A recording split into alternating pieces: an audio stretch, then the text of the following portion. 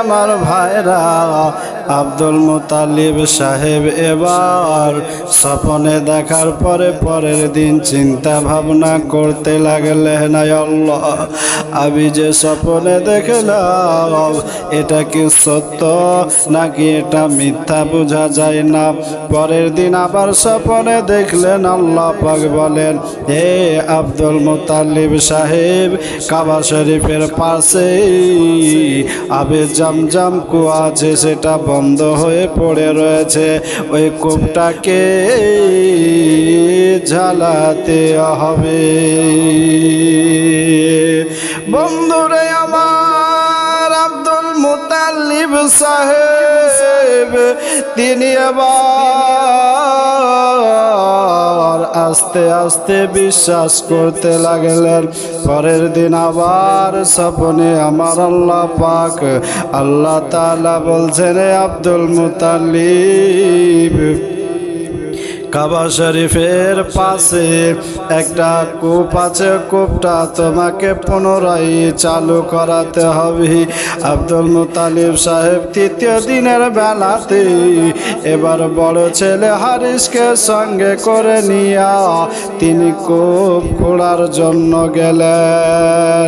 যত মক্কার সরদারেরা ছিল সমস্ত মক্কার সরদারেরা বাধা দিয়ে দিলেন, বলে না না না, এই জায়গায় খুঁড়তে দেওয়া হবে না, এই জায়গায় আমাদের দেব দেবতা রয়েছে, এই জায়গায় খুঁড়তে আমরা দেব না।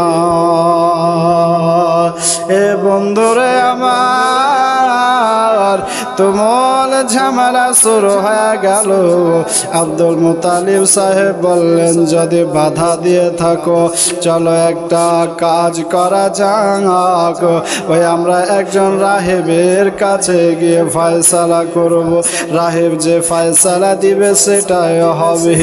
এই ঘটনা লেখা আছে মারিজুন নবুয়াতি, যে আব্দুল মুতালিব সাহেব কয়েকজন সরদারদেরকে নিয়ে তিনি চলে গেলেন আপনার ওই মদিনার দিকে একটা রাহেবের খোঁজে।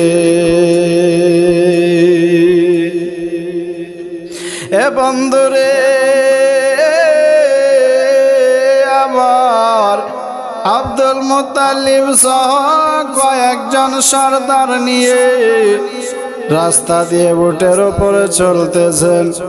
চলতে চলতে অনেকক্ষণ গেল, যাওয়ার পরে আপনার মরুভূমির বালু আর উত্তপ্ত গরমের কারণে তারা সকলে পিপাসিত হলো। এমন সময় তাদের কাছে পানিও নাই। আব্দুল মুতালিব সাহেব তিনি বললেন, পানি কারো কাছে নাই, তলাশ করো, শুরু করো আর ধোঁয়া ধরে শুরু করো, যেখানে পানি পাওয়া যাবে ওখানে আমাদেরও পানি পান করা হবে আর উটেরও পানি পান করা হবে। এ বন্ধুরে আমার, অনেকক্ষণ ধরে পানি তালাশ করে পানি কেউ পেল না, পানি কারোর নজরে আসলো না। আব্দুল মুতালিব সাহেবকে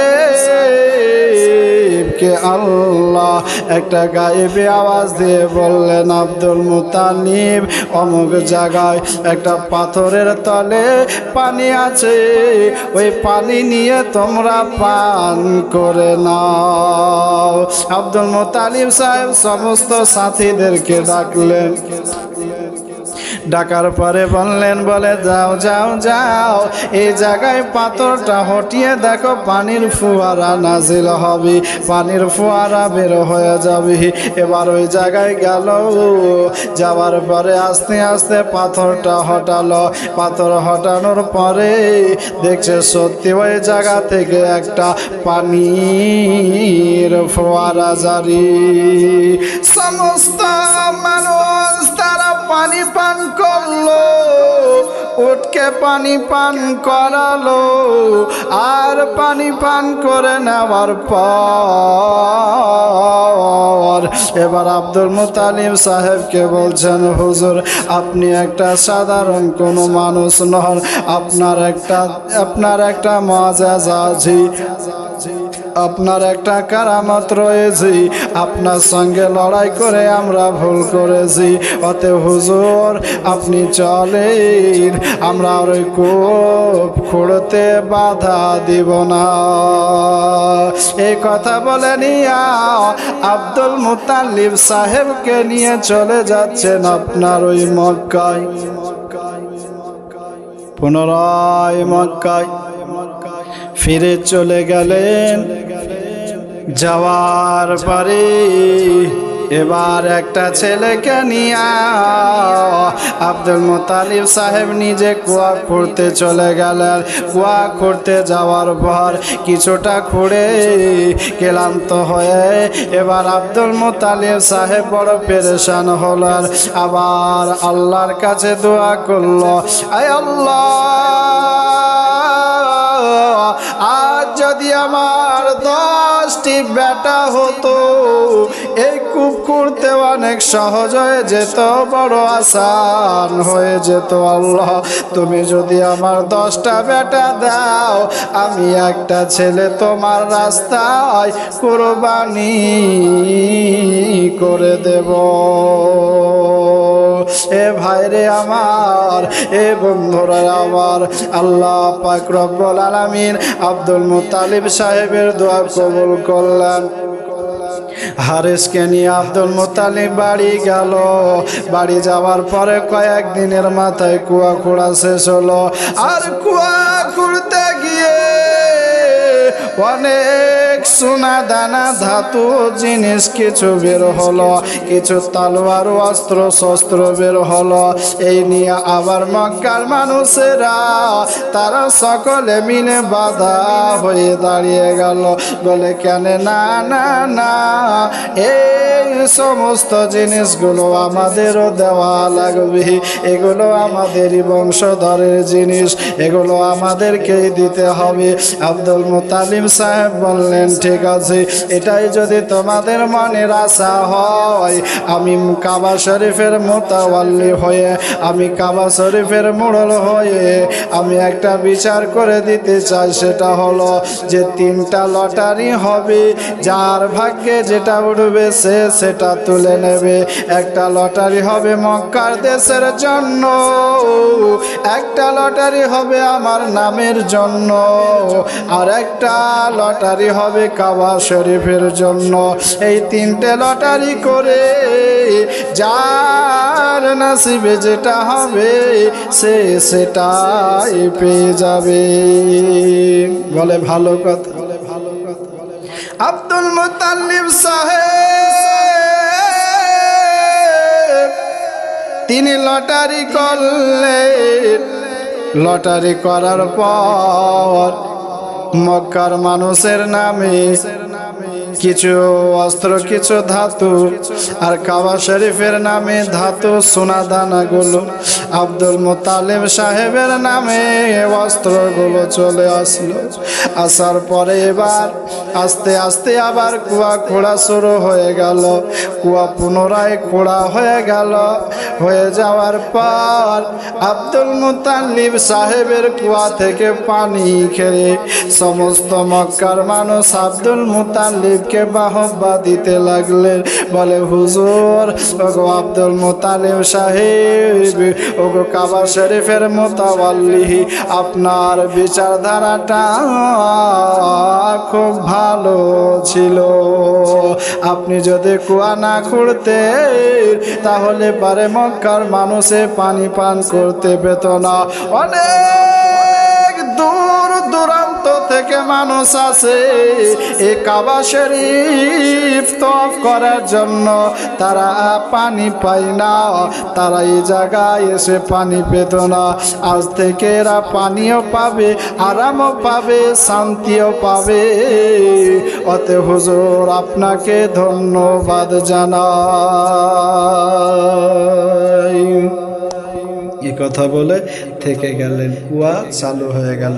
আস্তে আস্তে আস্তে আস্তে আব্দুল মুত্তালিব সাহেবের কয়েকটা বিবাহ হলো আর কয়েকটা সন্তান হলো। কিতাবের মধ্যে লিখেছেন 11টা, কে বলেছেন 12টা, কে বলেছে 13টা, ইখতিলাফান রাওয়ায়াত, কিন্তু 11টি সন্তান, এটা বেশি রাওয়ায়াতে এসেছে। আব্দুল মুত্তালিবের 11টি সন্তান। অনেক দিন হয়ে যাওয়ার পর আব্দুল মুত্তালিব সাহেব একটা জিনিস বারবার করে তিনি ফলো করেন, যে ওনার কপালে যে নূর চমকাতো, ওই নূরটা আব্দুল্লাহর কপালেও চমকাতে। আল্লাহর নবীজির দাদা এবার আপনার বৃদ্ধা হয়ে গেছেন, বয়স হয়েছে।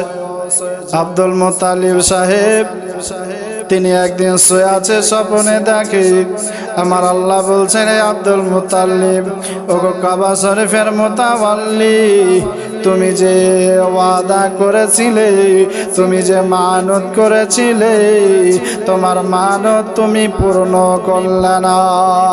বলে কেমন? বলে এই জন্য যে তুমি মানত করেছিলে 10টা ছেলে হলে একটা কোরবানি করব। কই তুমি কোরবানি এখন পর্যন্ত দিলা না। স্বপ্ন দেখে সঙ্গে সঙ্গে আব্দুল মুত্তালিব সাহেব উঠে গেল। সকাল হলো, সকাল বেলায় মন স্থির হয় না, মনটা খারাপ, যে সন্তান একটা জবাই করতে হবে, আল্লাহর রাহে কোরবানি করতে হবে। তো মনে করলেন সব চাইতে সুন্দর, ভালো এবং যার চরিত্র ভালো তাকে জবাই করব, কারণ আল্লাহ রাস্তায় কোনো কানা কুজা খোড়া কিছু জবাই করা যাবে না। ভালো দেখে, সৌন্দর্য দেখে আল্লাহর রাহে কোরবানি করা লাগবে। আব্দুল মুত্তালিব সাহেব সকাল বেলাতে সমস্ত ছেলেগুলোকে এক জায়গাতে জড়ো করলেন, আর জড়ো করে নিয়ে আব্দুল মুত্তালিব সাহেব 10 ছেলেকে বলছেন, বলে বাবা তোমাদের একটা কথা বলবো, তোমরা কি আমার কথা মানবে? বলে বাবা তুমি কথা বলবে আর তোমার কথা শুনবো না, এটা কখনো হবে না। বলে কি কথা? আব্দুল মুত্তালিব সাহেব বলেন, বলে ও আমার ছেলেরা, আমি যখন তোমরা জন্ম না হয়েছিলে, তোমাদের যখন পয়দা না হয়েছিলি, তখন একটাই ছেলে ছিল আমার বেটা হারিস, আর ওই হারিস যখন ছিল আমি আল্লাহর কাছে দোয়া করেছিলাম, বলে আল্লাহ গো যদি একটার বদলে 10টা সন্তান দাও, তাহলে আমি তোমার একটা কোরবানি করে দেব।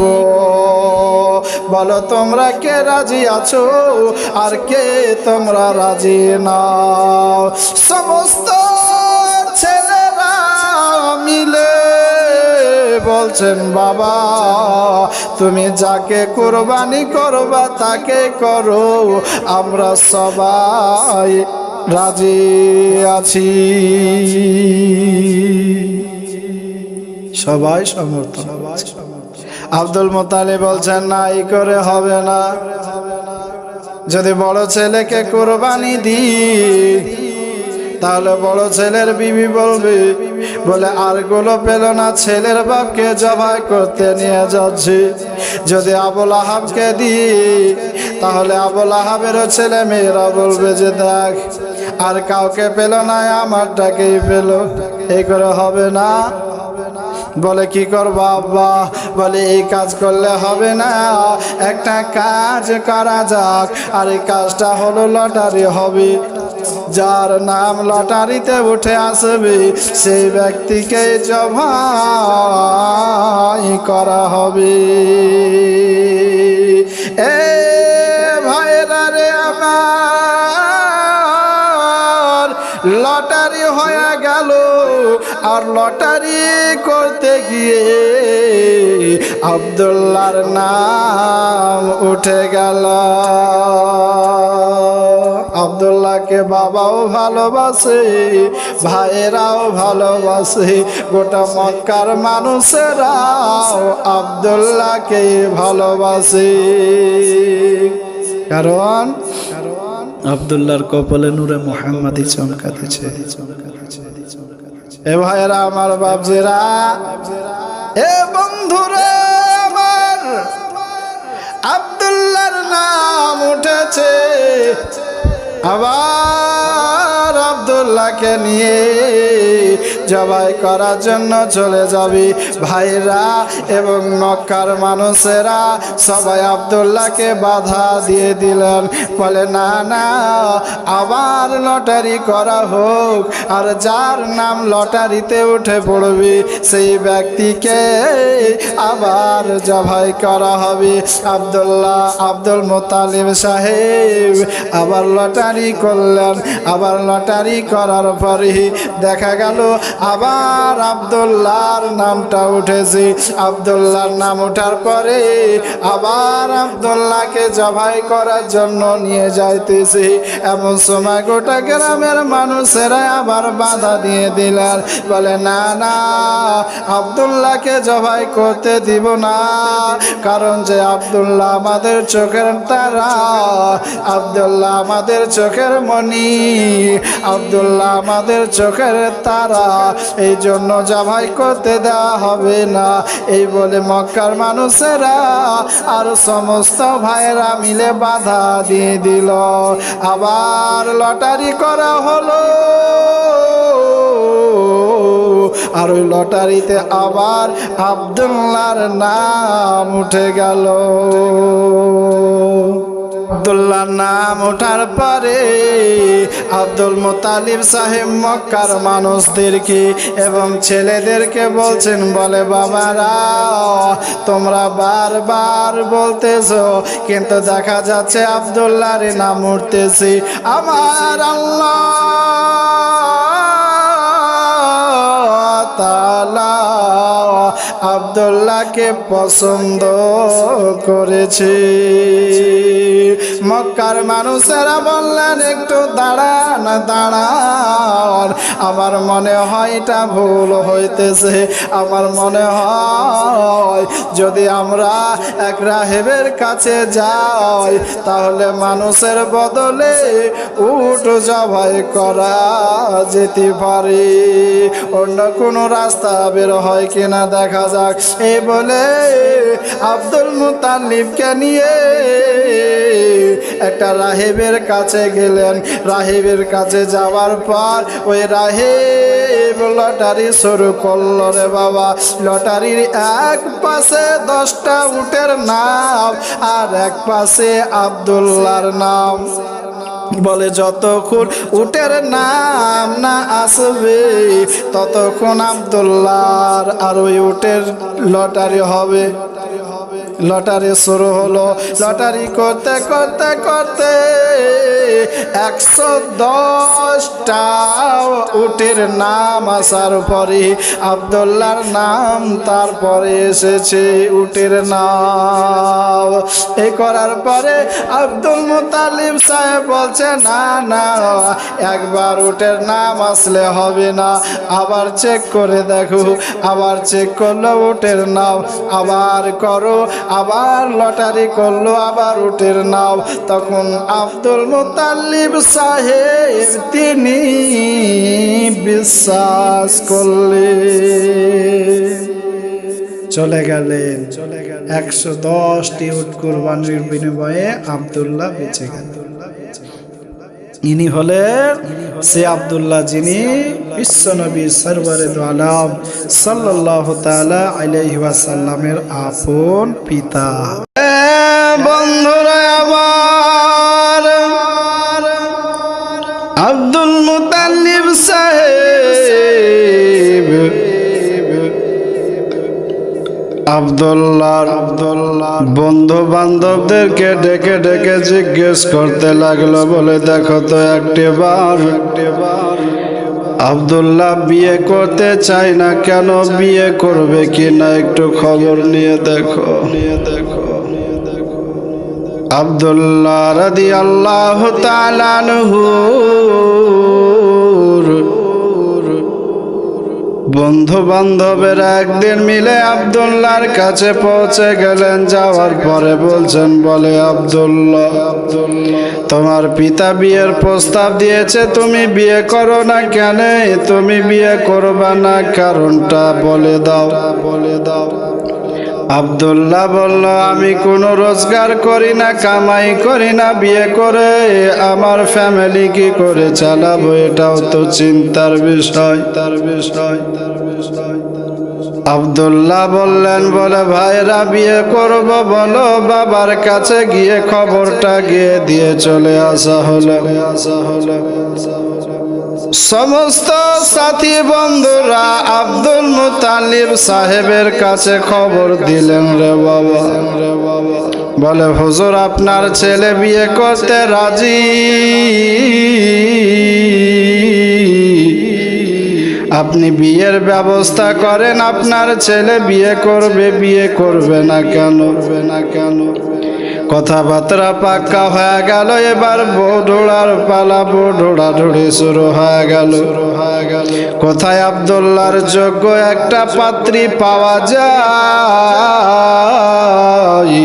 এই বিষয় নিয়ে সবাই আপনার এবার ঘটক লাগিয়ে দেওয়া হলো। আব্দুল্লাহর বিয়ে দেওয়া হবে, কেউ যদি সেরকম যোগ্য পাত্রী পাও আব্দুল মুতাল্লিবের কাছে খবর দিবে, আব্দুল মুতাল্লিব সাহেব বিয়ে দেবে ছেলের। এই কথা শুনে এবার থেকে গেল কাজ চলতেছে, ঢোঁড়াঢোড়ি চলতেছে পাত্রীর। আব্দুল্লাহ যুবক ছেলে, তিনি আপনার বন শিকার করে বেড়াতে যান। একদিন বন শিকার করতে গিয়েছে, একটা রাহেবের সঙ্গে দেখা। রাহেব আব্দুল্লাহর কাছে সমস্ত কিছু পরিচয় নিলেন।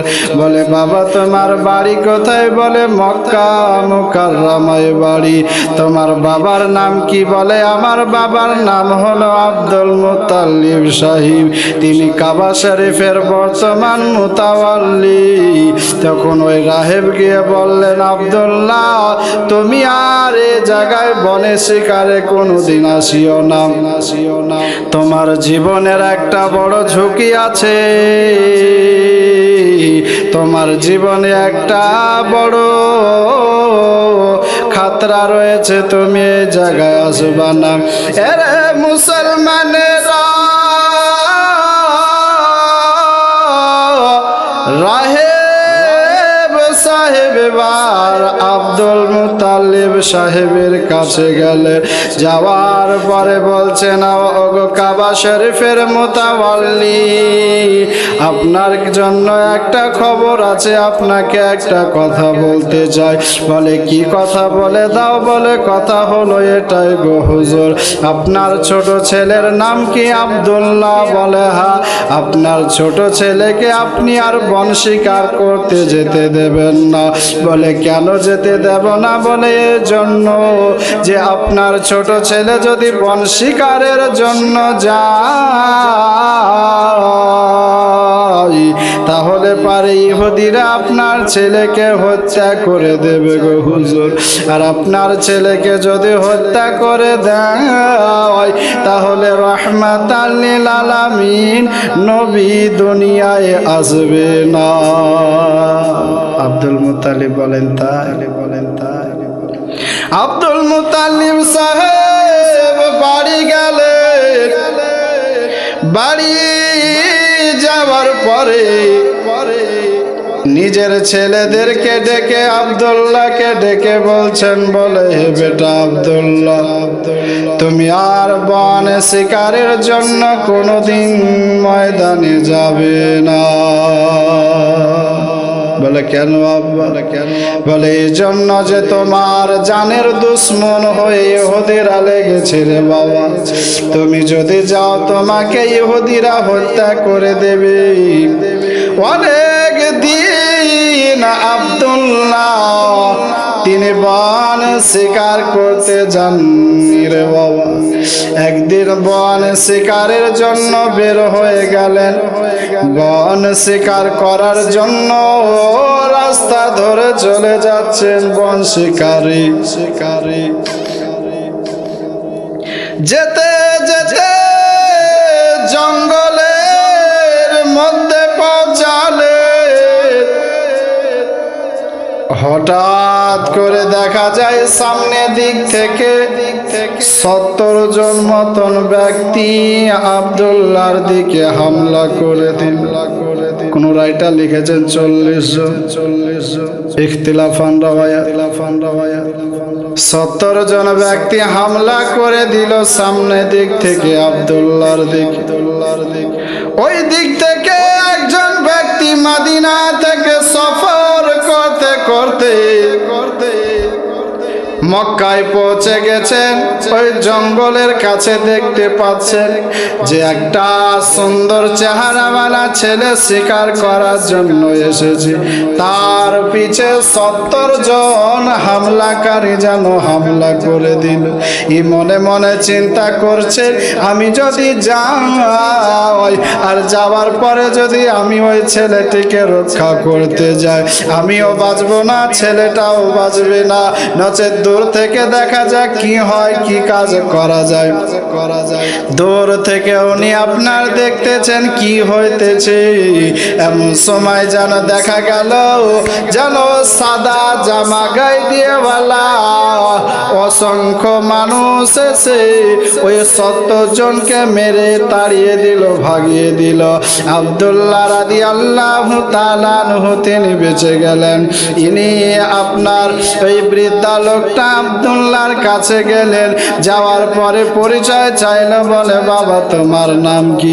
বলে আমার নাম হলো আব্দুল্লাহ, আমার বাবার নাম হলো আব্দুল মুতাল্লিব সাহেব, আমার বাড়ি হলো মক্কা নগরে। তখন এবার আপনার ওই বৃদ্ধা মানুষটি তিনি চলে গেলেন নিজের বাড়ি। বাড়ি যাওয়ার পরে বাড়িতে গিয়ে নিজের বিবির সঙ্গে আলোচনা করছে। বলে বিবি রে, আমারও একটা মেয়ে আছে, মেয়েটা বড় সুন্দর, আমার মেয়েটার বিয়ে দেওয়া লাগবে। 16 বছর বয়স হয়ে গেল, একটা সুন্দর যোগ্য বিজ্ঞ যা দামাদ পেয়েছি, যাওয়াই পাওয়া গিয়েছে। যদি রাজি হও তাহলে ওই দেশে প্রস্তাব পাঠানো হবে। বলে স্বামী গো, কেমন জামাই, কেমন তার চরিত্র, কেমন তার শরীরের গঠন বা কেমন তার ফ্যামিলি? আব্দুল মুতাল্লিব সাহেবের ছেলের প্রশংসা মদিনাতুল মুনাওয়ারায় পৌঁছে গেল রে বাবা। যে বৃদ্ধা লোকটি ওই আব্দুল্লাহকে দেখেছিলেন, ইনি আর অন্য কেউ নাই, ইনি হলেন আমিনার বাবা আব্দুল ওয়াহাব, নবীজির আপন নানা। আব্দুল ওয়াহাব বলছে যে তোমরা যদি রাজি হও তাহলে কোনো ঘটক পাঠিয়ে প্রস্তাবটা পাঠানো যায়। বলে পাঠাও যদি ভালো। বলে না, 100-তে 100% গ্যারেন্টি, ছেলে খুব ভালো হবে, কারণ তার কপালে নূর চমকাতে আমি দেখেছি। এ বন্ধুরে আমার ভাইরা, আব্দুল ওয়াহাব সাহেব তার একটা কাছের বন্ধুকে ডাক দিল। বলে ভাই তোমাকে একটা কাজ করে দিতে হবে। বলে কি কাজ? বলে কাজটা হলো আমার মেয়ের বিয়ে লাগাতে হবে রে ভাই। বলে কেমন? বলে মক্কা শহরে কাবা শরীফের মুতাওয়াল্লি আব্দুল মুতাল্লিব সাহেবের ছোট ছেলে আব্দুল্লাহর সঙ্গে বিয়ে লাগাও। বলে ভাই আজিব একটা দাওয়াত, আপনার আজিব একটা আমাকে দায়িত্ব দিয়ে দিলে রে ভাইয়া। যাও, যখন বলছো তোমার মেয়ে মানে আমার মেয়ে, যাও দাওয়াত কবুল। আব্দুল ওয়াহাবের বন্ধু মক্কা নগরে গেলেন। মক্কা নগরে যাওয়ার পর আব্দুল মুতালিব সাহেবের সঙ্গে দেখা করলেন রে বাবা। দেখা করার পরে বলেন, হুজুর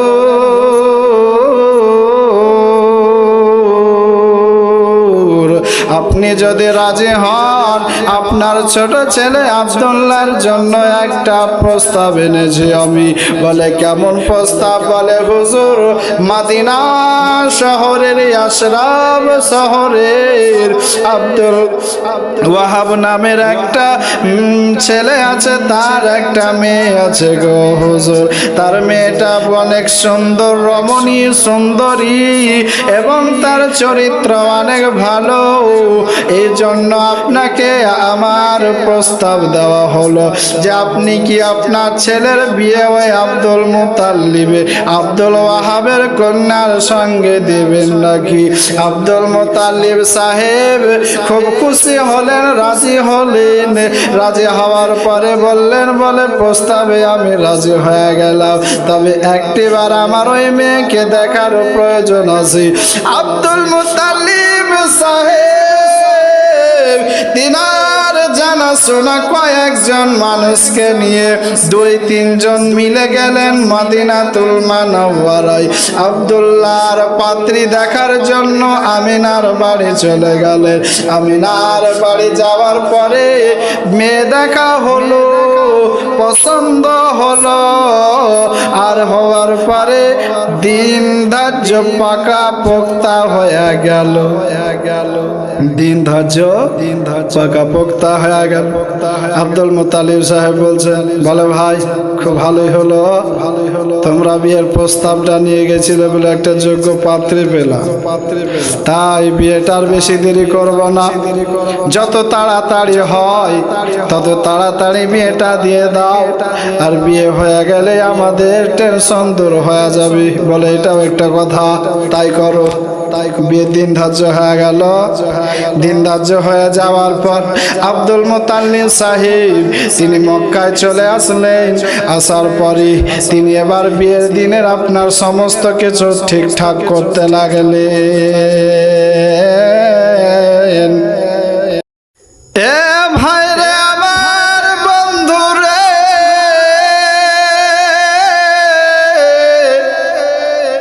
সমস্ত সামগ্রী তৈরি হয়ে যাওয়ার পর আব্দুল মুতালিব সাহেব বিয়ের দিন চলে আসলেন। আব্দুল্লাহকে নিয়ে, কয়েকজনকে নিয়ে এবার আব্দুল মুতালিব সাহেব আব্দুল্লাহর বিয়ে পড়িয়ে নিয়ে আসলেন। বিয়ে পড়িয়ে নিয়ে আসার পরে আব্দুল মুতালিব সাহেব ছেলেকে আলাদা ঘর করে দিলেন। ঘর করে দেওয়ার পর এবার আব্দুল মুতালিব সাহেব তিনি বলে বাবা রে, এবার তোমার সংসার তোমাকে সামলাতে হবে রে বাবা। এদিকে একটা ঘটনা মনে রাখবি যে আল্লাহর নবীর বাবা জনাবে মুহাম্মাদুর রাসূলুল্লাহ সাল্লাল্লাহু তাআলা আলাইহি ওয়াসাল্লামের পিতা আব্দুল্লাহকে বিয়ে করার জন্য অনেক মহিলারাই পাগল ছিল। অনেকে রাস্তায় ঘেরে ঘেরে বলতো, বলে আব্দুল্লাহ তুমি কি বিয়ে করবা না? তুমি যদি বিয়ে করতে চাও আমরা বিয়ে করব, তুমি যা চাইবে তাই দেব। আব্দুল্লাহ একটাই কথা বলতেন, আমার পিতা আছে, আমার মাতা আছে, আমার পিতা আছে, আমার বড় ভাইরা আছে, আমার পিতা যে জায়গায় বিয়ে দেবে সে জায়গাতে বিয়ে হবে রে ভাইয়েরা। এই জন্য আমাকে তোমরা বিয়ের প্রস্তাব দিয়ে লাভ হবে না। এ বন্ধুরে আমার, ও ভাইরা রে আমার, এবার আব্দুল্লাহকে আব্দুল মুতাল্লিব সাহেব তিনি বললেন, বলে বাবা এতদিন নিজে নিজে ঘুরে বেড়াইয়াছো, আর একা একা ঘুরে বেড়ালে হবে না রে বাবা। একা ছিলি, এখন দোকলা হয়েছ, আবার 2 থেকে কখন তোমরা 3টা হয়ে যাবা। এই জন্য তুমি এবার তোমার সংসার চালাবার জন্য কামাই রোজগার করা শুরু করো। বলে বাবা গো কি কাজ করব, কি আমি করব বুঝি না, তবে একটা লাইনে লাগিয়ে দাও। আব্দুল মুতাল্লিব সাহেব তিনি বলে রাখলেন, বলে ছোট ছেলেকে, বলে আব্দুল্লাহ রে, যখন এই মক্কা থেকে ওই মুলকের সামনে মানুষেরা ব্যবসা করতে যাবে, তোমার ভাইরা ব্যবসা করতে যাবে, আমি তখন তোমাকে কিছু টাকা দিব, আর ওই টাকা নিয়ে তোমার ভাইদের সঙ্গে ব্যবসা করতে যাবা। এ ভাইরা আবার বন্ধুরা আবার আব্দুল মুতাল্লিব এই কথা বলে দিয়া এবার থুয়ে দিলে আর রেখে দিয়ে কয়েক মাসের মধ্যেই ওই মক্কা থেকে একটা বড় কাফেলা যাবে মুলকে স্বামী ব্যবসা করার জন্য। তাই আব্দুল মুতাল্লিবের আর ছেলেগুলো আসলো, আসার পরে বলছে, বলে বাবা গো আমরা মুলকে শাম ব্যবসার জন্য যাব, কারণ একটা কাফেলা সে মুলকে শাম যাবে ব্যবসায়। আব্দুল মুতাল্লিব সাহেব বললেন, বলে বাবারা তোমরা যাবে ব্যবসায়, অতি তোমাদের ছোট্ট ভাই আব্দুল্লাহকে সঙ্গে নিয়ে নেওয়া। বলে আব্বা বলছে ছোট ভাই ব্যবসা, যাবো যাবো, তৈরি শুরু করে আব্দুল্লাহকে আব্দুল মুতাল্লিব ডাকালে, ডাকানোর পরে বলছেন, বলে বাবা রে এ দেখো তোমার ভাইরা খবর এনেছে, বলে মক্কার মানুষেরা তারা মুলকে শাম যাবে ব্যবসায়, তুমিও তৈরি হয়ে যাও, আর তৈরি হয়ে যাওয়ার পর তোমরা সবাই আবার যাবে মুলকে শাম ব্যবসায়। তোমার সামগ্রী সামানগুলো তুমি গুছিয়ে নাও, প্রয়োজনীয় জিনিসগুলো নিয়ে নাও, কিছু খাবারও নিয়ে নিবা। আব্দুল্লাহ এবার আব্বার কাছ থেকে নিজের বিবির বাড়ি গেলে, আর বিবির কাছে গিয়ে বলছেন, বলে আমেনা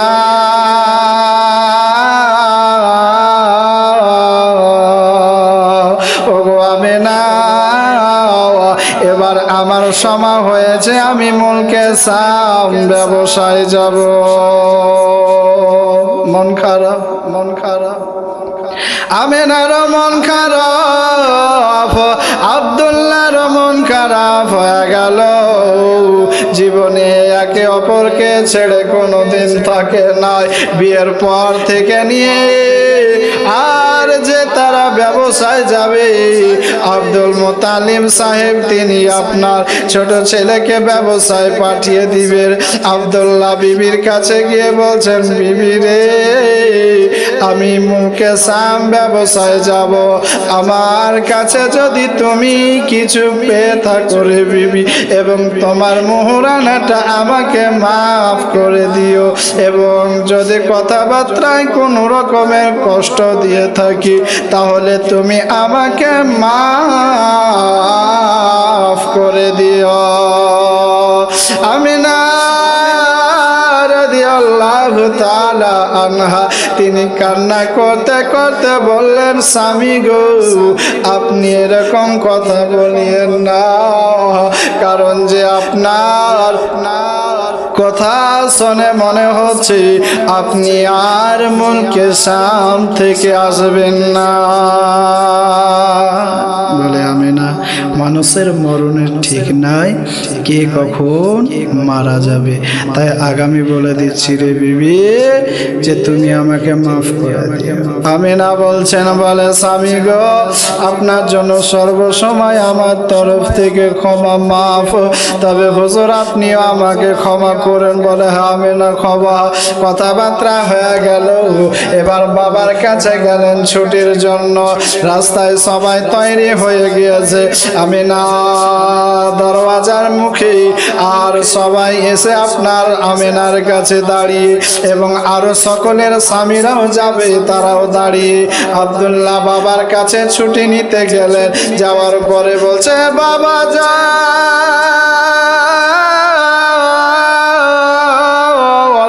আমি মুখে সাব দেশে ব্যবসার জন্য চলে গেলাম গো বাবা।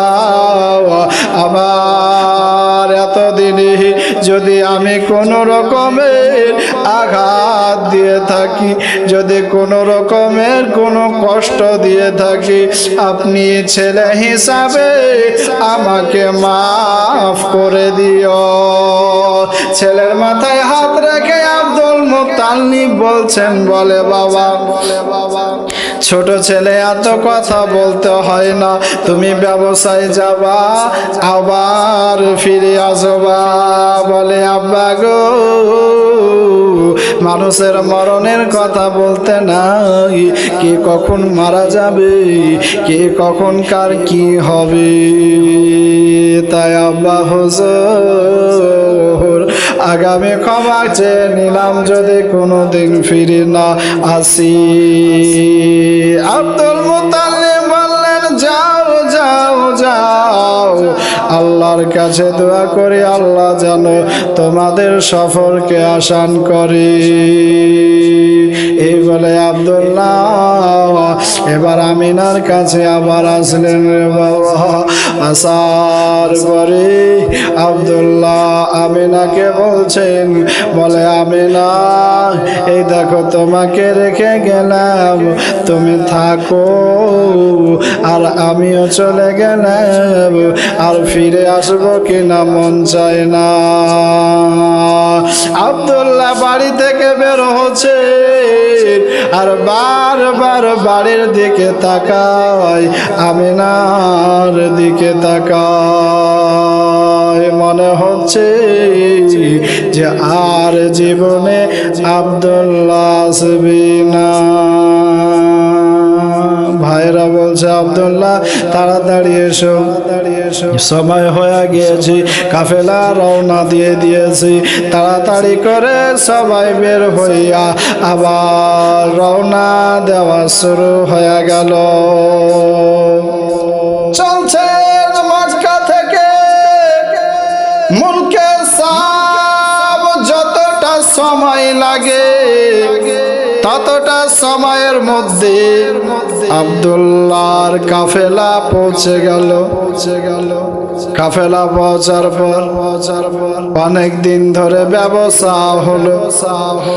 আর ভাইরা বলছেন, আব্দুল্লাহ এর আগে আমরা ব্যবসা করতে এসেছিলাম, কিন্তু ব্যবসায় এত লাভ হয়েছিল না।